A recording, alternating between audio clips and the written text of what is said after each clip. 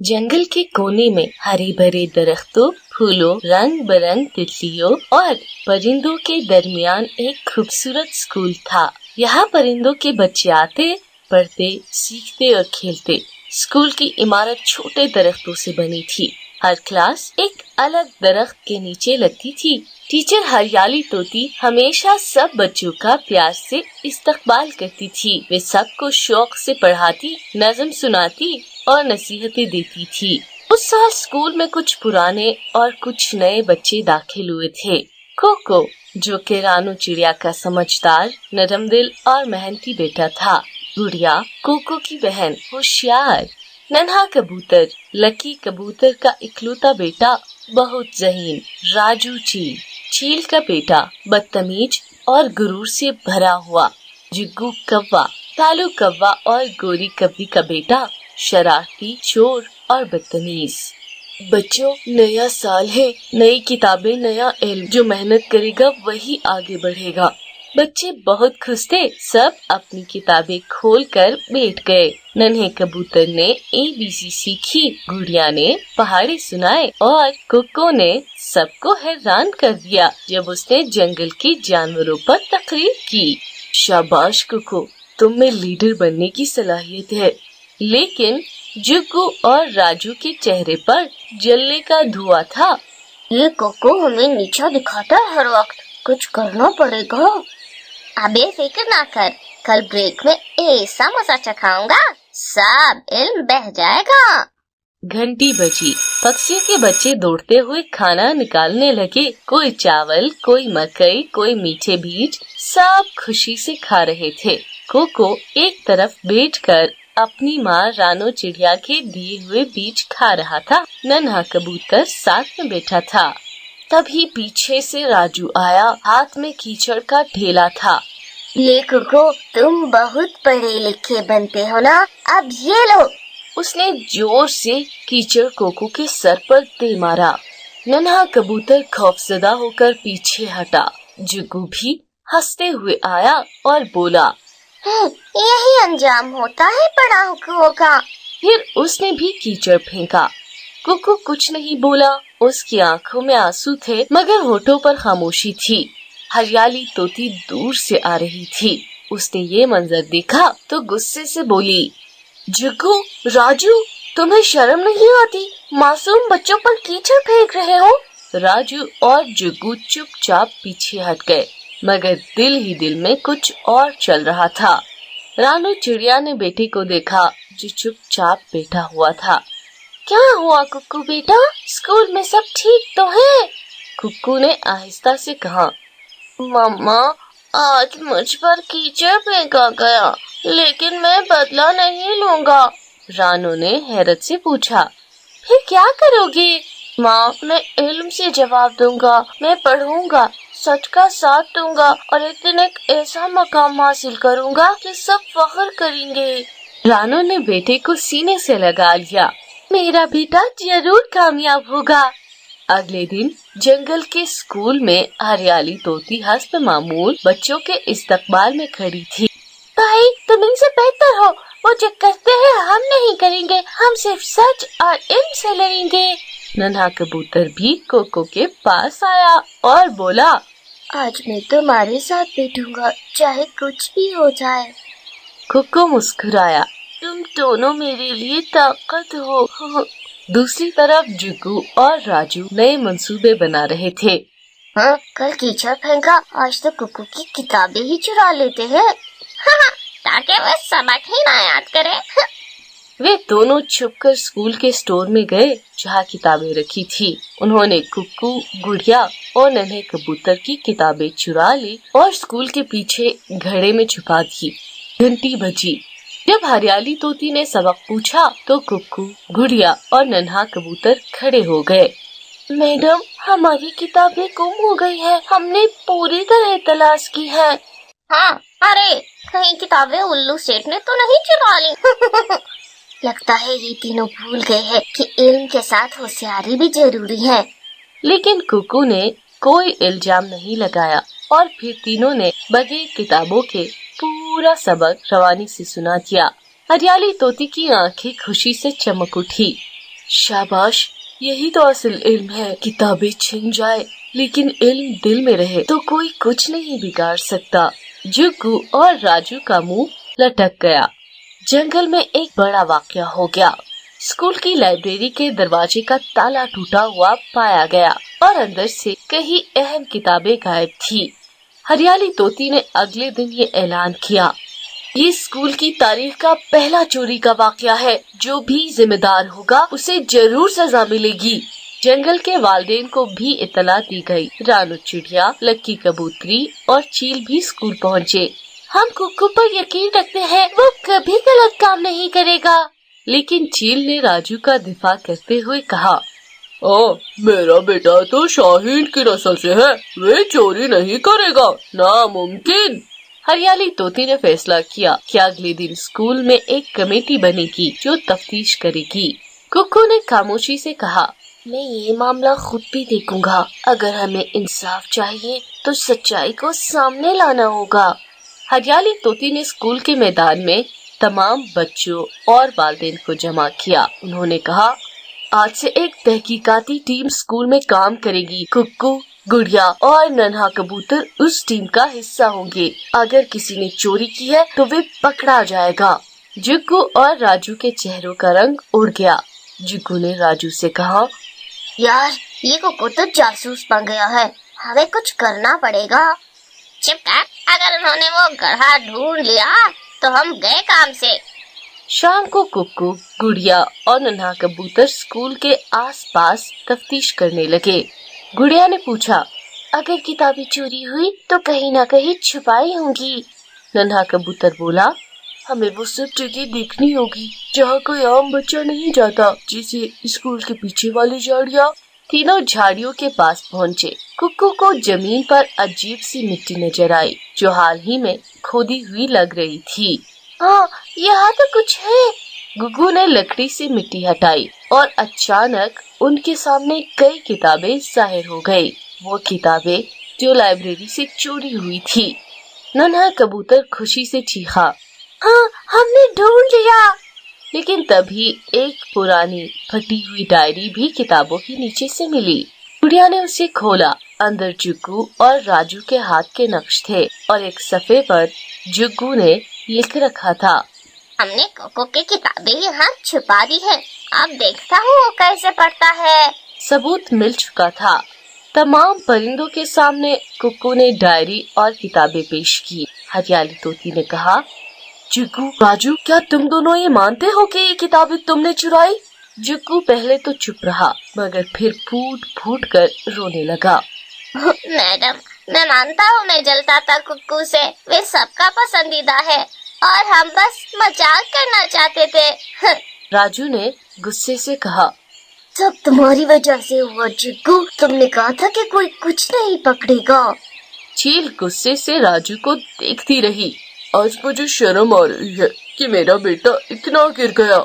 कालू कव्वे और गोरी कव्वी का भी सर झुक गया।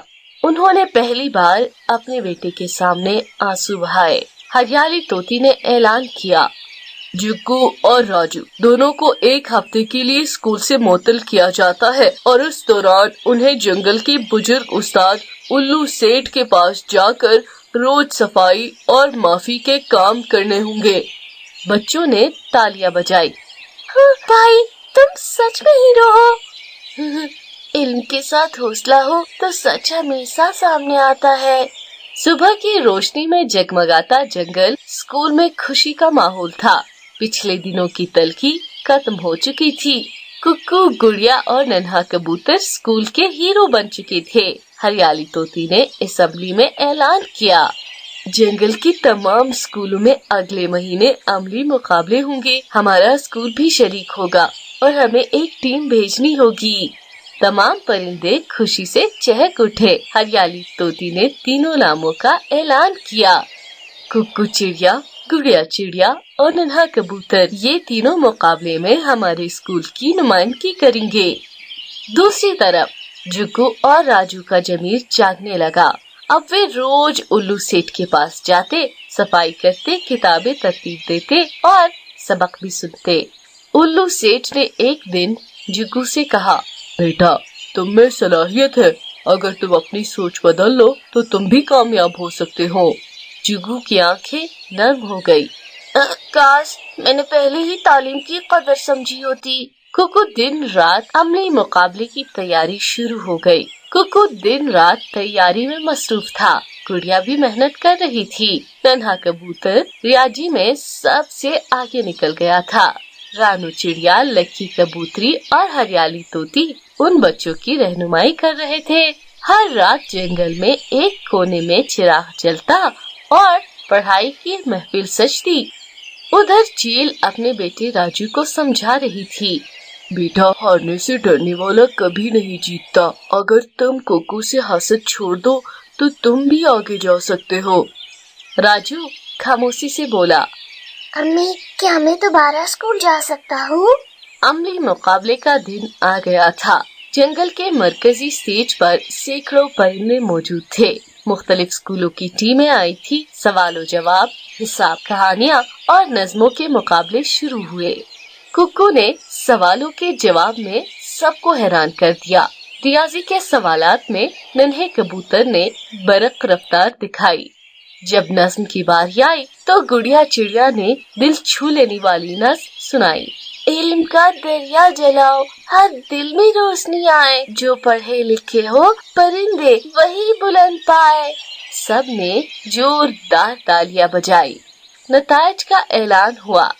तीसरे नंबर पर आया उकाब स्कूल, दूसरे नंबर पर आया मीना स्कूल और पहला इनाम हरियाली तोती का स्कूल।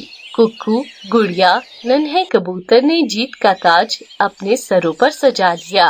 रानू चिड़िया की आंखों में खुशी के आंसू थे। हाँ, मेरा बेटा मेरा फख्र बन गया। वापसी पर जब कुकू स्कूल पहुंचा तो दरवाजे पर जुगू कौवे ने हाथ जोड़कर कहा, कुकू, मुझे माफ कर दो।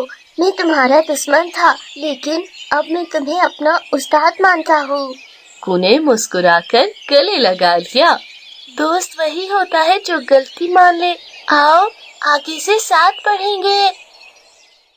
सुंदरवन नाम के एक जंगल में कालू कौवा अपनी पत्नी के साथ रहता था। कौवे के घर के पास से टोनी के संतरे के पेड़ थे। टोनी रोजाना अपने संतरों को बाजार में बेचा करती थी। टोनी के बाग के काफी सारे संतरे पक चुके थे। संतरों की खट्टी मीठी खुशबू से सारे पक्षियों के मुंह में पानी आ जाता था, लेकिन कोई भी पक्षी संतरा तोड़ के खा नहीं सकता था, क्योंकि टोनी हमेशा अपने पेड़ों की रखवाली जो किया करती थी। इसलिए जंगल का कोई भी पक्षी पेड़ से फल तोड़कर खा नहीं पाता था। एक दिन दोनों पति और पत्नी अपने घोंसले के पास पेड़ की डाल पर बैठकर ठंडी ठंडी हवा खा रहे थे। तभी संतरे की खट्टी मीठी खुशबू आती है। क्या कालू जी, आपको भी वो खुशबू आ रही है जो मुझे आ रही है? आहा, क्या प्यारी खुशबू है। गोरी, खुशबू तो बहुत अच्छी आ रही है, परंतु हम उन्हें प्राप्त नहीं कर सकते। तुम जानती हो ना चिड़िया बहन, किस तरह पहरा देती रहती है अपने पेड़ों के आसपास। अगर उन्होंने हमें देख लिया तो हमारे लिए अच्छा नहीं होगा।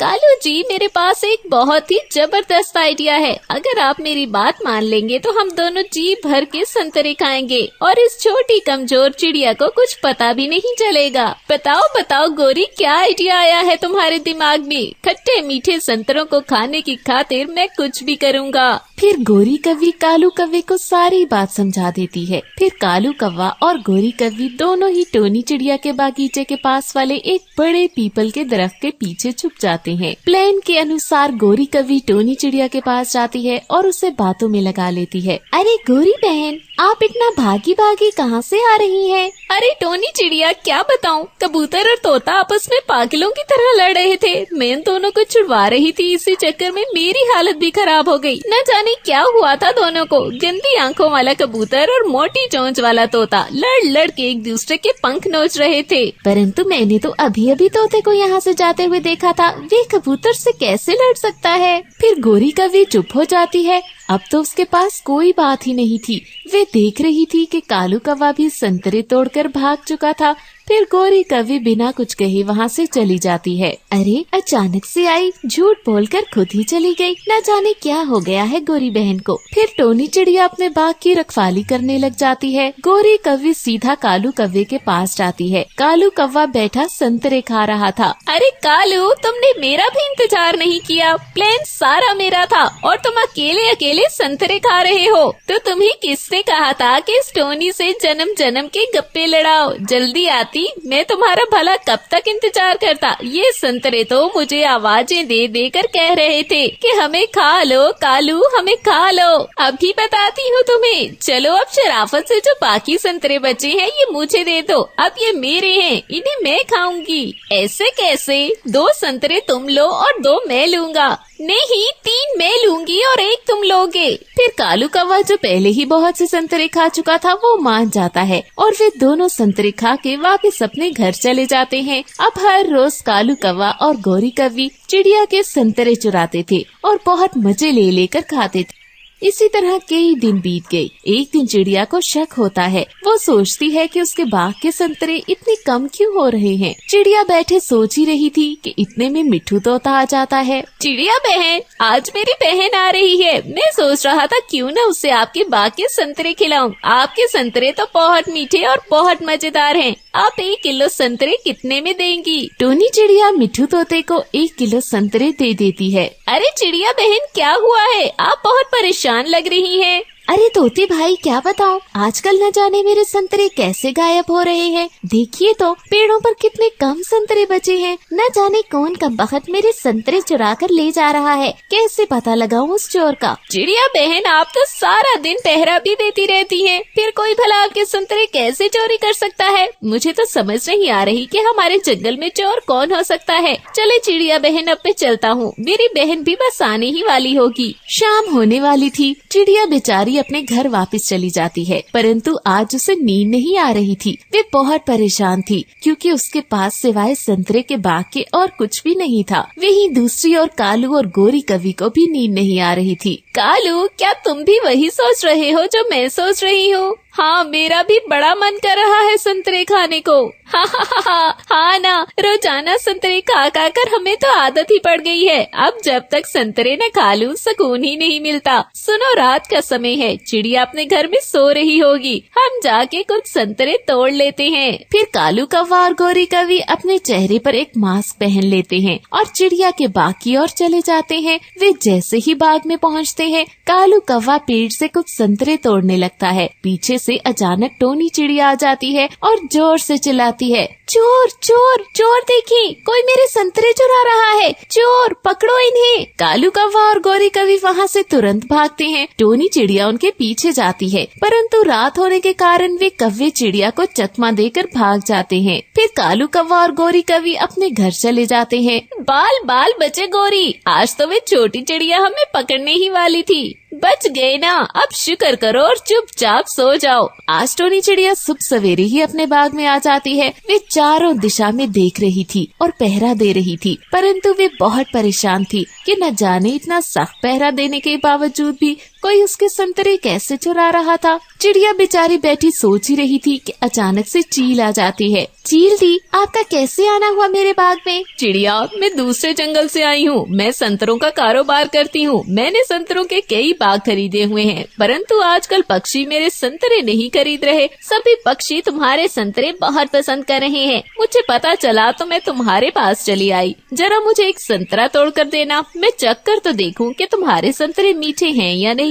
चिड़िया चील को एक संतरा तोड़कर दे देती है। चील जैसे ही वो संतरा खाती है, चील कहने लगती है, वाह चिड़िया वाह, इतने मजे के संतरे। ऐसे संतरे तो मैंने अपने पूरी जिंदगी में नहीं खाए। कितने में दोगी तुम मुझे ये सारा बाग? मैं तुम्हें मुंह मांगी कीमत दूंगी इस बाग की। चील दी, मैं आपको ये बाग बेच तो दूं, परंतु इस बाग में एक समस्या है। वो क्या है बताओ चिड़िया, इस बाग में क्या समस्या है ऐसी, बताओ मुझे। चील दी, कुछ दिनों से मेरे बाग में कोई चोर आते हैं और मेरे संतरे चुरा कर ले जाते हैं। कल रात तो मैं उन्हें पकड़ने ही वाली थी कि वो भाग गए। इसकी चिंता मत करो चिड़िया, उन चोर पक्षियों को तो मैं खुद ही सीधा कर लूंगी। बस तुम अपना ये बाग मुझे दे दो। बताओ क्या कीमत लोगी तुम इस बाग की? फिर टोनी चिड़िया अच्छी कीमत में अपना संतरों का बाग चील को बेच देती है। चील उससे मुंह मांगे पैसे देती है, जिससे चिड़िया अपना एक नया घर बना लेती है और वे आराम से अपने घर में रह रही थी। अब कितने सुकून में हूँ मैं। बाघ की वजह से तो मैं बहुत ही ज्यादा चिंता में रहती थी और सारा दिन पहरा अलग देना पड़ता था।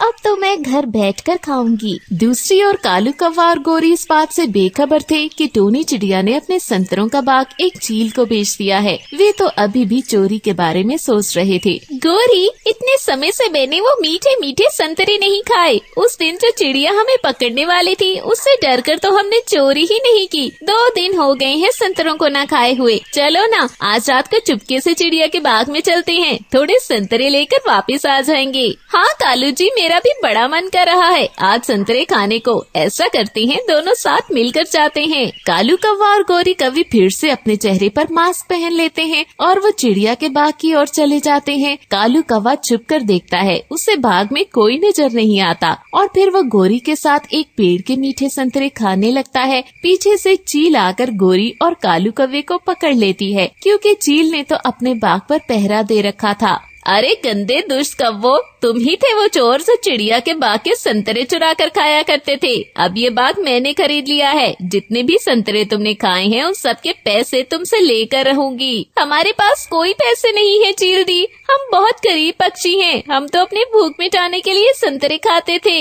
अब तुमसे पैसे कैसे निकलवाने हैं ये मैं अच्छे से जानती हूँ और तुम्हारी भूख को तो अब मैं खत्म कर दूंगी। फिर चील कालू कौवे और गोरी कौवी को बांध देती है। सुबह जंगल के पक्षी वहाँ से गुजर रहे थे तो वो कालू और गोरी को संतरों के पेड़ के साथ बंधा हुआ देखकर पूछते हैं, ये क्या, कालू और गोरी क्यों बंधे हुए हैं? तो जंगल के सभी पक्षियों, ये हैं वो दोनों चोर जो टोनी चिड़िया के बाग से संतरे चुराया करते थे, परंतु अब ये बाग मैंने खरीद दिया है। अब उनका घर मैं नीलाम कर रही हूँ। जिन्हें खरीदना है वो उनका घर ले लें और बदले में मुझे पैसे दे दें। फिर चील गोरी कौवी और कालू कौवे के घर को नीलाम कर देती है और वे पैसे लेकर टोनी चिड़िया को दे देती है। चिड़िया, इन दोनों ने तुम्हारे बाग से बहुत संतरे खाए हैं, अब ये पैसे तुम्हारे हैं। चिड़िया खुश हो जाती है। साथ ही गोरी और कालू कौवे को उनकी चोरी की सजा भी मिल जाती है।